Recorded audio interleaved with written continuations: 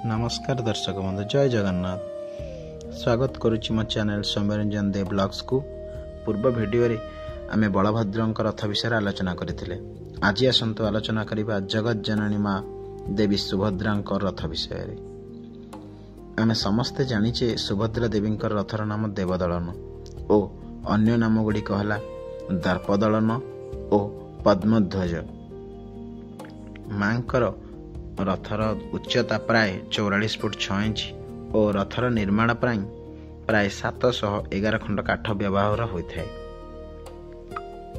दर्पदलन रथरे 12टी चक रही और सारथी भाव तृतीय पांडव तथा गांडीव धरी अर्जुन विराजमान रही। रथर आवरण पाई लाल और कृष्ण कला रंगर कपड़ा व्यवहार होता है। रथर रक्षक रूप से जगत जननी माँ दुर्गा विराजमान अछंती एवं रथर पताकार नाम हेउछि नादम्बिका और रथ दौड़ीर नाम स्वर्णचूड़ा। देवदलन रथरे 4टी लाल रंगर अश्व रही।